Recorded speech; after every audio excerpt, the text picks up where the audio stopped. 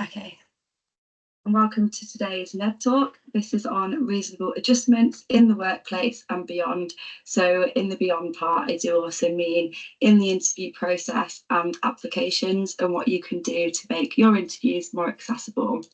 Just before we begin, I will say that reasonable adjustments are a very huge topic. So I've done my best to condense this down and put slides that are more personal to the employee, employer, managers, and interview panelists. So a lot of these slides are really useful for everyone, but there are a few where, depending on what aspect of work you're coming from, you might wish to pay closer attention to.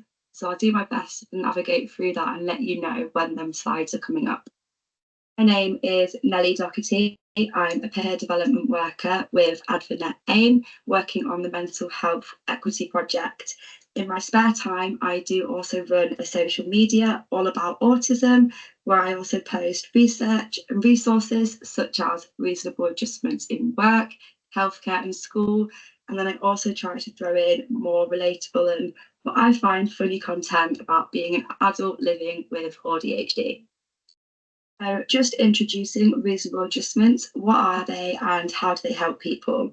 So ACAS defines adjustments as changes an employer makes to remove or reduce a disadvantage related to someone's disability. So for example, this can be changing someone's working arrangements, finding a different way to do something, or just providing some extra support. These adjustments are specific to an individual's needs and they can cover various areas of work, including workplace changes, job tasks, and the recruitment process. By implementing workplace adjustments, you're making sure that your company is inclusive and accessible for a wide range of disabled and neurodivergent people. Now, although not all staff will want or need adjustments, it is important to note that this may change over time. This can be due to flare-ups in a disability, meaning that a staff now needs extra adjustments or extra support to help them do their job properly. Or for example, when a staff member starts, they might ask for certain adjustments, and after a few weeks of working with them in their new job, they might need slightly altering or tweaking just to help them do that better. This is why it can be really, really important just to check in with your employee after implementing adjustments, just to see if they do need slightly adjusting or tweaking. Now, who are they for? Adjustments are for anyone with a health condition or disabled employees, volunteers, contractors, and job applicants. Now, this is something that I am really trying to get out there and drive home, and that is that it's not favouritism. So a lot of the time I have heard people come to me and say, oh, well, I've asked for an adjustment and my employer has said, well, if I give this adjustment to you, then everyone is going to want it. And that is simply not true.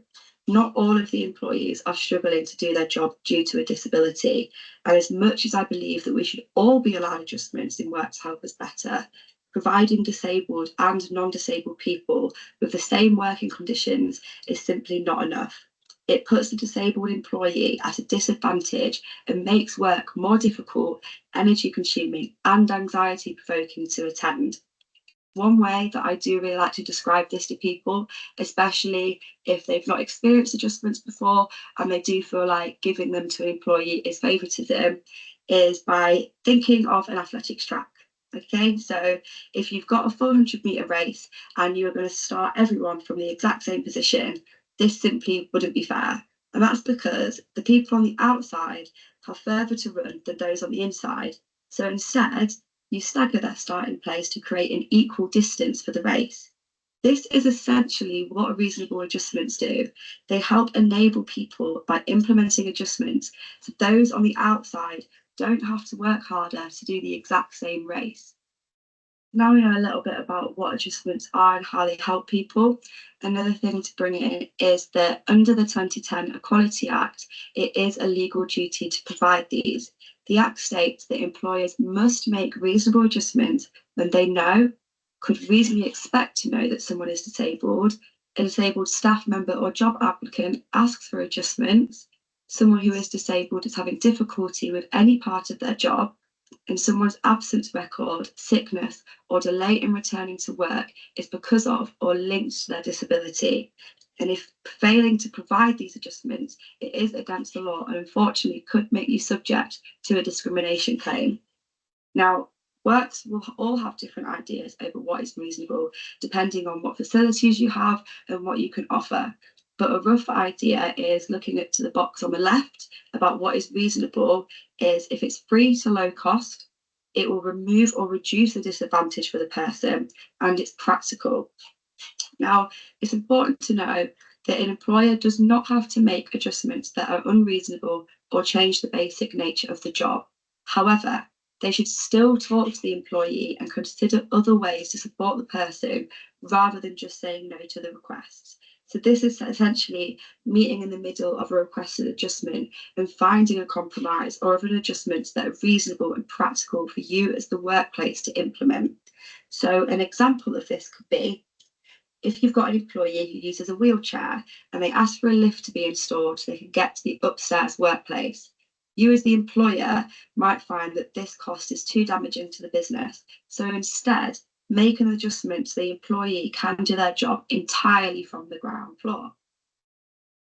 Ways that these adjustments can help people, and I think this is maybe a little bit more for the employers and managers, ways that the adjustments are going to help your employees is by being accessible. So by providing things like ramps or changing the environment or providing specialist equipment, you are ensuring that your workplace is accessible to everyone. And a sense of belonging. So a lot of literature around autism in the workplace focuses on what we call a sense of belonging. This is things like, how do you feel at work? Do you feel valued at work? And do you feel like you can be yourself? When people experience a sense of belonging, they not only do better at work and more of it, but they're a lot less likely to take sick days. And this is because instead of putting all of your energy into masking and hiding a disability, you're able to put this into your work. You are also able to attract talent. By being an inclusive employer, you will attract a wider variety of job seekers and create a talented workforce with different ways of thinking and doing. Productivity. So tailoring the work environment to meet individuals' needs can enhance productivity and job satisfaction. Looking into a survey of 1,200 disabled people, it found that 80% of those people said adjustments made them stay in their jobs longer and be more productive. And if that's not a thing that we want, then I don't know what is. And then by doing things differently and taking a new approach, you're working with your employees and can explore different ways of working and communicating. And lastly, making reasonable adjustments is complying with the laws like the Equality Act, and it's reducing the risk of any discrimination claims. This slide is looking at making an inclusive workplace environment. So I think especially for managers and employers, this might be quite important for you guys to have a think about. And I love this quote at the top. It's, what is neurodivergent friendly is often friendly for everyone. Most of the time, everyone benefits. So this isn't actual reasonable adjustments. It is more things that you can implement into everyday working life for everyone there that can make a lot more inclusive working environment. So some of the examples that are in the box include having open, honest, and straightforward communication, being more aware of individuals' needs and how they flourish in the workplace. So, for example, step away and get to know your colleagues as individuals and ask people what their preferred way of working is, rather than just assuming. By doing that, you are going to get the most of your colleagues. Inclusion is about getting to know individuals and understanding that everyone has unique skills, challenges, needs, and preferences.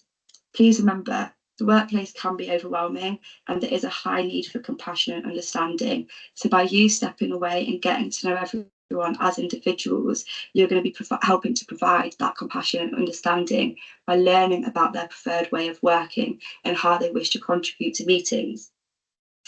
Please do not judge people on neurotypical standards. So with that as well, I do mean if you are openly hiring neurodivergent staff, please don't then expect them to behave as neurotypicals, as in doing that, you are essentially setting yourself and that employee up for failure, because that is not going to happen. And expecting that to happen is going to add to more stress and masking for that employee who is trying to behave as neurotypical in work. And then when facilitating a meeting, please try to make sure that less quiet, less verbally confident introverts can contribute as well. So this can maybe be in a chat panel if you are online. Not everyone always has to contribute verbally. You don't need to have your camera on unless you feel comfortable. And then if the meeting is in person, what can help is send the meeting agenda out prior to this so that people with extra processing needs can process what is going to be said in the meeting and possibly even make notes about anything that they want to bring forward. And again, that doesn't have to be verbally. They can send you an email prior to get brought up or even write this down in the meeting. A thing that isn't on here that I spoke about a lot on social media and would be amazing to see is if all workplaces had a sort of checklist menu where it lists all of the reasonable adjustments that they can offer to colleagues. And when they start, you can sit down and go through this with them, and they can essentially sort of tick off what adjustments they feel like they would need to work better in the workplace. Knowing what to ask for. So this slide is looking at why employees might find it hard to ask for adjustments. So a very, very common thing that comes up is employees might not ask for adjustments due to simply not knowing what they're allowed to ask for or what is available to them. And I remember personally when years ago I first got asked, what adjustments do you need in work? And I thought, oh, I don't know. I've not thought about it really. Can I have a cup of coffee at the start of every shift? Like, and as funny as that is, it's true. If you've not got experience in adjustment, you think, well, what am I allowed? What can I ask for? What will work simply be able to do for me? And that's when asking can actually feel like a black hole. People don't know what to ask for and they're afraid to ask. And I think this is also very similar when looking to the quote on the right about employers. So it says, despite having some understanding of autism, employers report low confidence in supporting autistic employees and do not know what resources to draw upon. So I think with that in mind, employees who haven't really had experience in being allowed or asking for adjustments before, and employers who haven't had experience in implementing these, you guys are both facing the same hurdle of, oh, what can we offer? I'm not too sure actually. And the employee's thinking, well, what am I allowed to ask for? What can they offer? So I think that's why it is important to be open about it and have discussions together and find compromises, bounce ideas off each other. But just before we finish as well, the other reason, which is the second line on this slide, that employees might be fearful for asking is that it was said that they refrained from requesting adjustments due to fear that their employer or colleagues would treat them differently. And that's not a reflection on maybe you yourself as the employer or if you're a colleague on you. It can simply be because in the past they might have faced discrimination, and when they've asked for adjustments and simply not been allowed them, which has then added to that anxiety in future jobs about asking them. And at the bottom, we have also got from Matthews 2022, heard repeatedly when interviewing people who got adjustments, it was a fight to get what I needed. And I think, unfortunately, that is something that we do hear a lot, whether that's from employers just not knowing what they can do, or some employers simply actually just refusing. And it's leading to the employee having to be an advocate and really push for that. And that is really, really draining, especially when you've already got unmet needs at work. So just before we do move on to the next slide, I just want you to maybe think about what adjustments as the employee or as the employer do you feel like would be beneficial to you at your own workplace, or that your workplace could implement for other staff. So I'll just give us a few seconds to maybe think and reflect on that.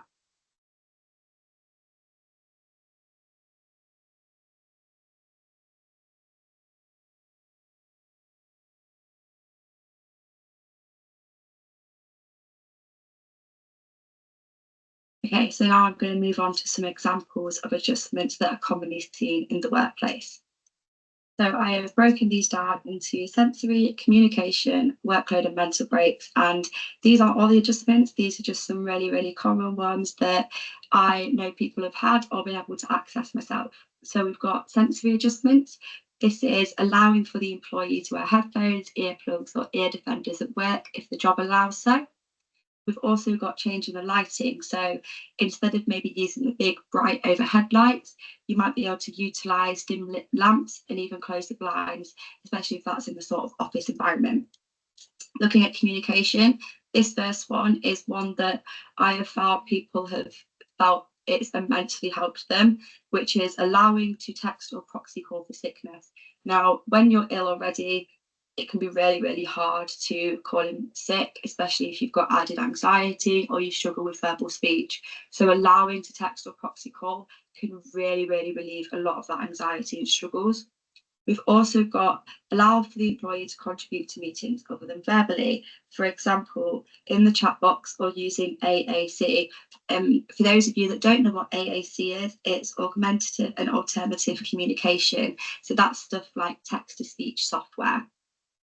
Then we've got workload and mental breaks. So allow for extra time to complete tasks that will not reflect upon their ability.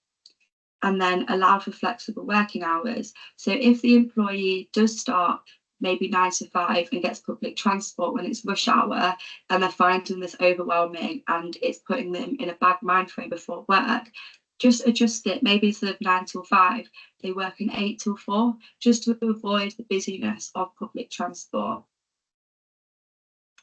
Now, I do appreciate that this slide looks very overwhelming with all of the writing on here, but I think this is especially when we talked about knowing what to ask for and knowing what you're allowed to give employees and being inclusive. This is the checklist that I've mentioned earlier on. This is one that I've made in my spare time. I use this one to help myself when looking into adjustments and for friends. And I've also had a lot of people on social media ask for this to be sent to them. It has been really great. It's been lovely to see a lot of workplaces and managers have asked this from me to go and sit down and one, learn about adjustments, and two, they've actually sat down with colleagues and worked through this with them. But as well, majority of people that have asked for this have been employees to take away and pre-prepare what adjustments they're going to ask for, because again, a lot of people don't know and might not have heard of these before. And this is why I think not knowing what to ask for and knowing this is where the checklist could be really cool for you guys to create or borrow or and implement. But it is divided into adjustments for workload, capacity and mental breaks, sensory adjustments, communication. At the bottom, there's also advice managers.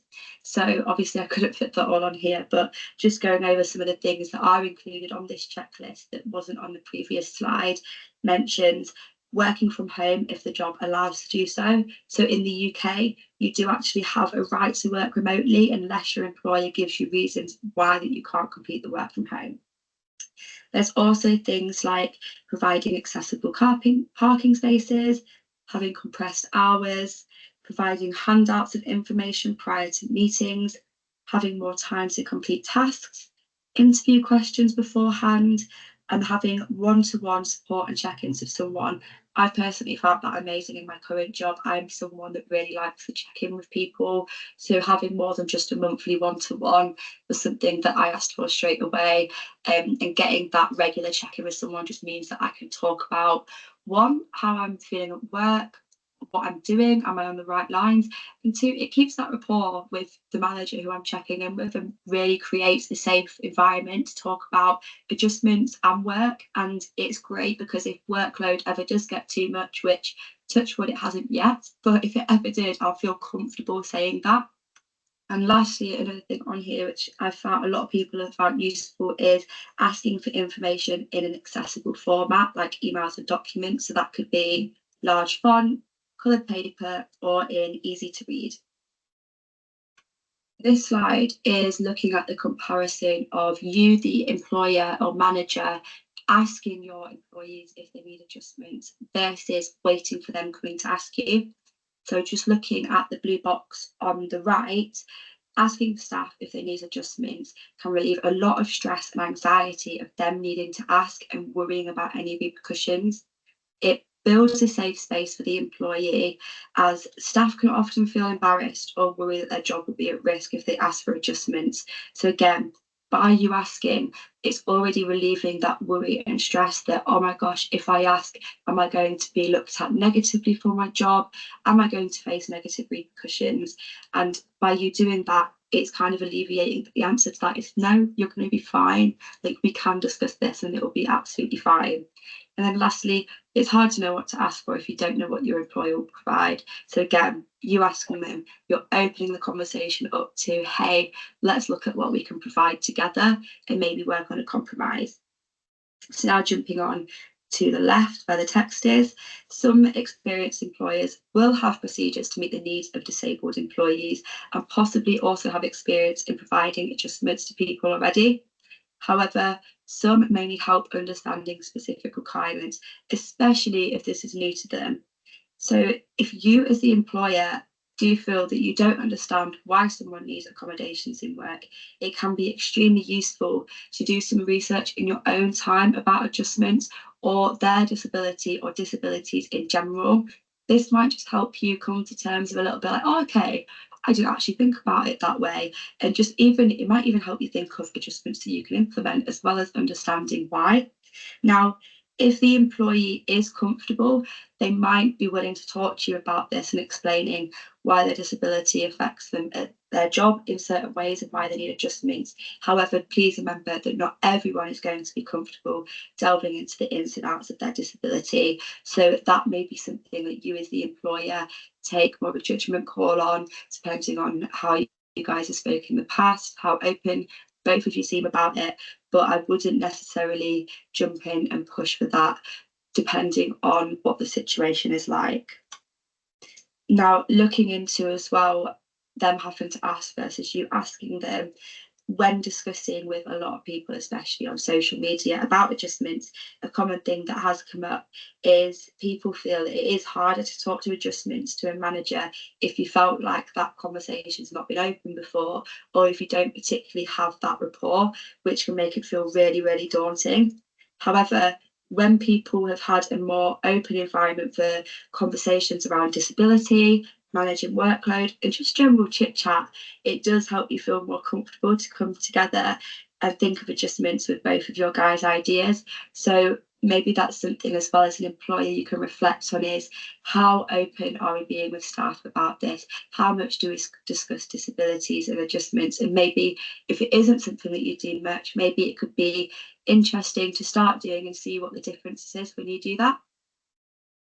Now, if you as the employee or you as the employer do think that more adjustments are needed that may be more costly to work and that you guys can't fund yourselves, then I thought it would be really cool to throw in access to work. This is a really, really good scheme, and not as many people have heard of this as I originally thought. And I don't know if it's because I do work a lot in this area, but it isn't that well known. So I thought it'd be really important to put into this. So Access to Work is a government scheme which supports disabled people in work help to overcome work-related challenges by offering tailored support. They have done amazing things for myself and other people that I've known, and I've used them to help me do my job at my best capacity, which I can tell you a little bit more about some of the things in a second, but I'll just talk a little bit about the eligibility for it. So you must be in or about to start paid work, must be over the age of 16, and have any condition that affects your ability to do your job or travel to work.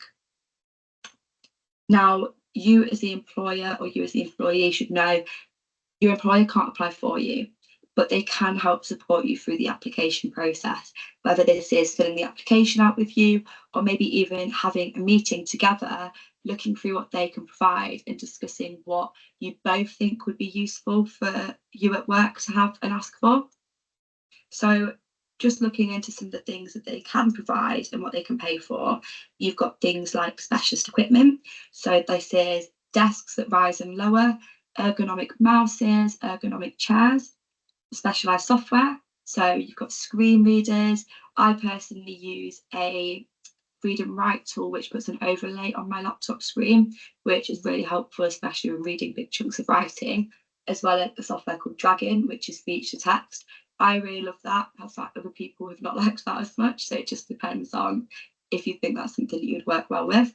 They can provide BSL interpreter, and for those of you that might not know the acronym, that is British Sign Language Interpreter. They can help with extra extra transport costs. That was hard to get off, Tom.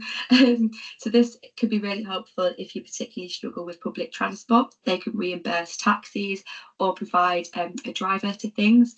So that can help alleviate a lot of the stress and anxiety of travelling to work. They can provide a workplace mentor as well as workplace training. So in the training that I've known they've offered before is coping strategies in the workplace as well as assertiveness, which can be really, really useful. Something that isn't on there actually that I probably should have put is they can also provide tailored mental health support if that's something that you feel you'd benefit from or you feel that your employee would benefit from. So rounding off on access to work, if you or your employer haven't heard of this before and you do want to look into it more because you might think it would benefit you, Scope Charity have got loads of information on this, including fact sheets for employers, as well as guidance on how you can apply and what you might be eligible for. So there will be a link to that at the end if you are interested. And as I said, they do provide some really, really amazing information on that. Now looking at the interview process, so this might be if we've got any interview panelists on here or employers, this might be where you guys really want to pay a little bit of attention and think about some of the questions that are going to come up on here. But many autistic individuals are screened out during the interview process, and this is due to departments placing a greater emphasis on social interaction, engagement, and cultural fit over the skills and qualities required to fit the job. So essentially what this is saying is people can get the job based off socially desirable traits rather than their intelligence and skills, which leaves many of us to fall through the cracks and eventually stop applying for jobs. And I do also appreciate that that is really easy to do. I'm sure we've all either interviewed or gone to interviews where we've been more chatty and had a flow of a conversation, or felt very much like we are just answering about the skills and qualities needed. And I also do appreciate there's been a lot of research on neurotypical to neurotypical communication, feeling very flowy, comfortable for both parties, and the same for neurodivergent communication to neurodivergence, feeling chatty, flowy, and comfortable. But when you overlap that and cross one to the other, there has been so much research where it said both parties feel that the communication is off because we do in fact communicate differently. So some questions that I've put on here for you to reflect on is to think if you are neurodivergent friendly and actually thinking, okay, but are you actually? So do you judge people off their eye contact and handshake in the interview? Are you judging them on their ability to make small talk outside of the interview questions and their sort of wittiness? And then do you hire neurodivergent people and expect them to appear as neurotypical? So I'll give you a few seconds to maybe reread them questions and just reflect upon that.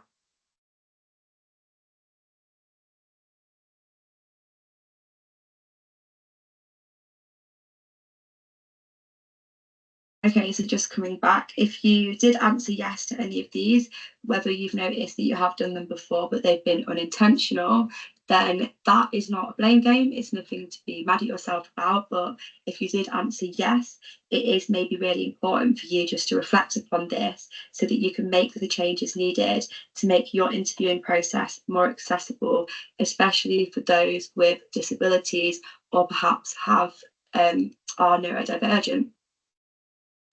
Now we're just looking at what can you do to make the interview process more accessible. So obviously from the previous slide, one big thing that came up is not judging people off socially desirable traits and rather judging them on their skills and qualities needed to do the job. However, we've got some more different things that you can do here just to make that interview process accessible to everyone. So one big thing is providing information prior to the interview. So this is really helpful and it's helpful to everyone really. And this information can be a variety of things such as how long roughly is the interview going to take? Have you got any pictures of the front of the building, the interview room, or a map of the surrounding area, especially for those of us who do have difficulties with following maps and just location sort of issues.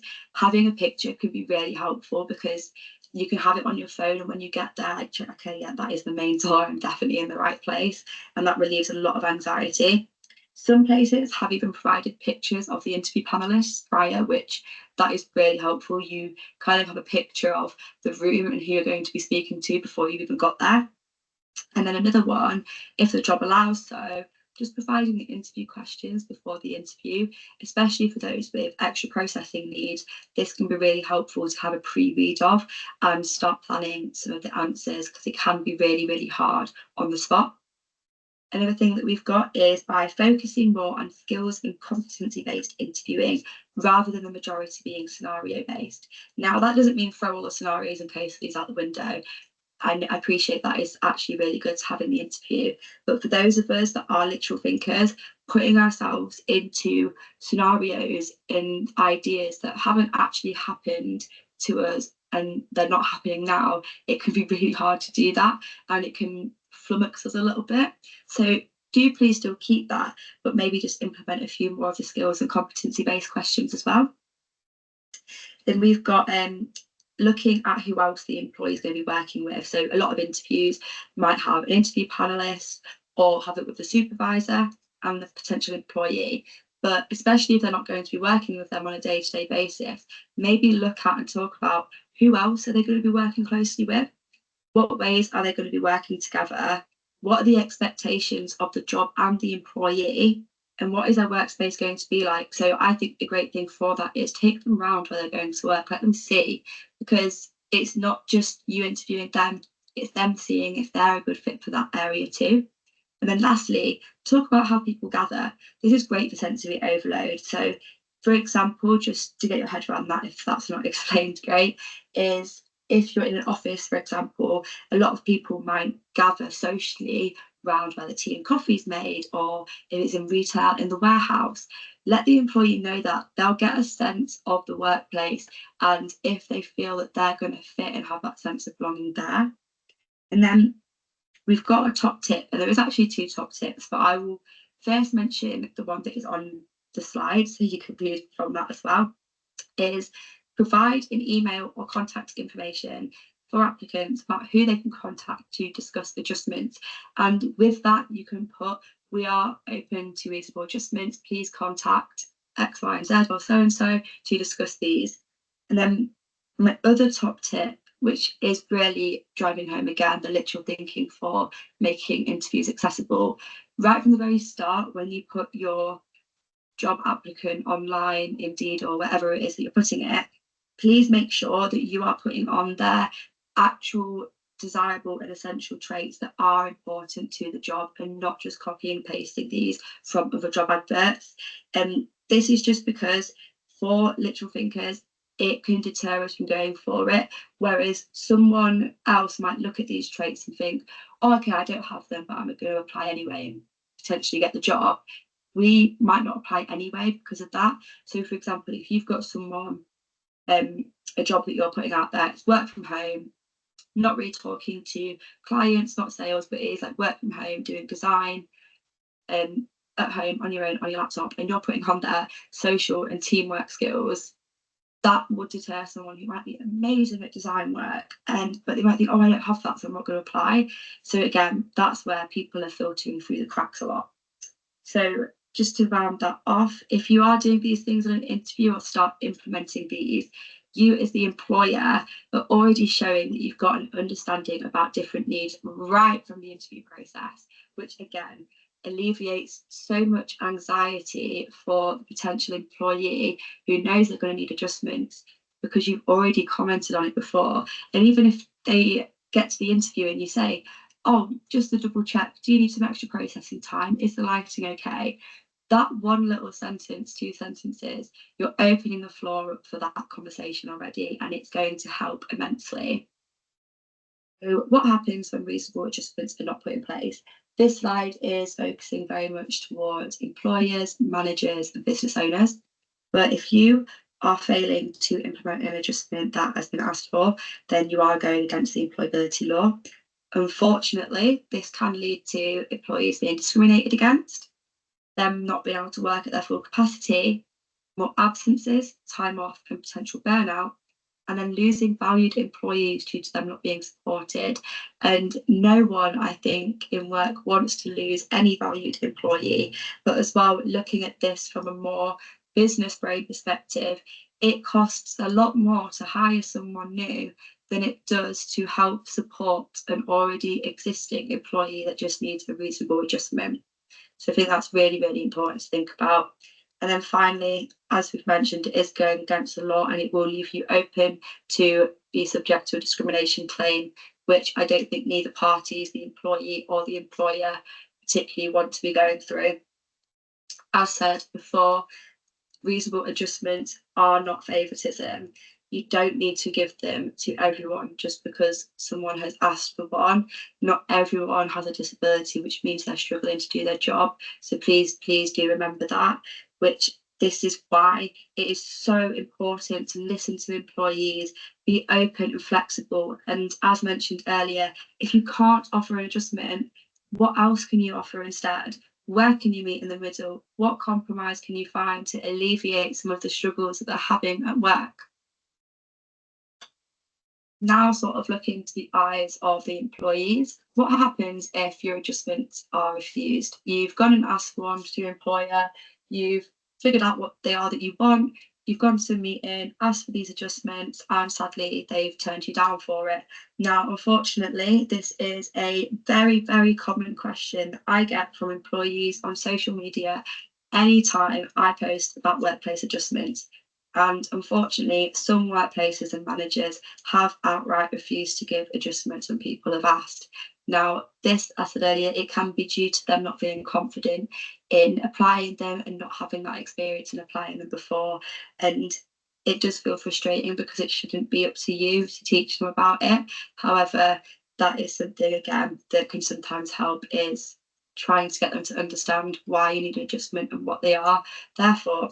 But anyway, some best general advice that I can really give is, if your employer is not implementing adjustment that you've asked for, is remind them it is discrimination under the Employability Act and that can be taken further. If you are part of a work union, they can also help to implement these adjustments. They can come to meetings with you, talk on your behalf, go through what adjustments you need and really help fight your case. Coming back on to Scope Charity, they do also provide a lot of information and advice for employees and employers about this for further guidance, whether that's some advice about what adjustments are and why as an employer should implement them, or advice on what to do when an employer is refusing. Now, finally, if they still aren't doing it and refusing for it, it may unfortunately be escalating higher up if nothing is being done. Now, when a workplace is refusing adjustments, it is extremely damaging and it is exhausting. It makes fighting for them even harder. As we know, being your own advocate takes a lot of strength. It is exhausting, it is debilitating, especially when you've already got unmet needs in work. So please, as well, the last bit of advice I will give is stick with it. If you try to get your manager to understand if you haven't, but also make sure you take the time to look after yourself, as going through these things can be extremely stressful. So just coming to an end now, and to round it off, I thought I'd also include some additional resources that might be really helpful for you within work and throughout the reasonable adjustment journey. So on the right, there is just a screenshot of one page, I think out of 3 or 4 pages, of the meeting planner. This also is very similar to the phone call planner, but I thought this would actually be really useful to implement with employees or employers in meetings. So you can write down, I think this is actually the first page, what do you want to say, what do you want to happen, what don't you want to happen? And then there's another page that you can fill out with whoever you're in the meeting with about what it is you're going to do and when you're going to do that by. So this could be, you've had a meeting, you've agreed with the employer that you're going to go and apply for access to work, because that's got about a 3-week time frame on it. But in the meantime, the employer is going to go away and provide some lamps for your workspace, and you're going to bring in your headphones for work. You've got that. If you need extra processing, it's there to see. And then looking at the more unfortunate negative side, we've got a complaints template. This I thought could be really useful if your employer is not willing to discuss reasonable adjustments with you. Perhaps before you do go down any discrimination claim routes, you could try the complaints template first. And then additionally, we do have resources such as a guide on reasonable adjustments, disclosing a diagnosis, and this includes within the workplace, as well as assertiveness. So I have just put the Google sort of search terms at the bottom. I think the Leeds and Bradford do have the same resources, but please do go take a look at them.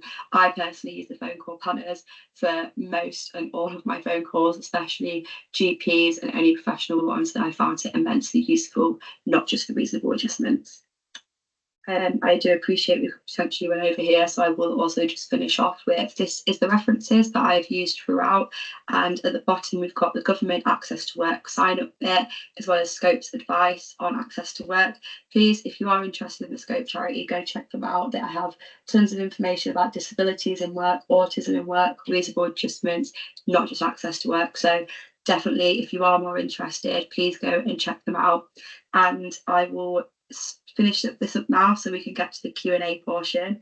I will just mention before the Q&A that reasonable adjustments aren't actually part of my job role. This is actually just something that I'm really, really interested in personally. Talk about a lot on social media, and like them checklists, for example, I made them maybe about 2 years ago now. So this is particularly just an interest. So I will do my best to answer your questions, but please do bear with me as this is more of an interest than it is a profession for me.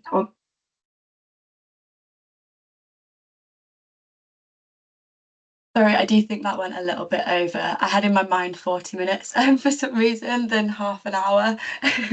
Absolutely fine. It's really informative. Thank you so much. That was great. There's loads of chat in the chat, people answering each other's questions. Actually, I don't know if people have been keeping an eye on that, but it's worth a look at. Has anyone got anything they want to ask or comment to Nelly directly? Or do you want a couple of minutes to recover? I know it's been pre-recorded, but still.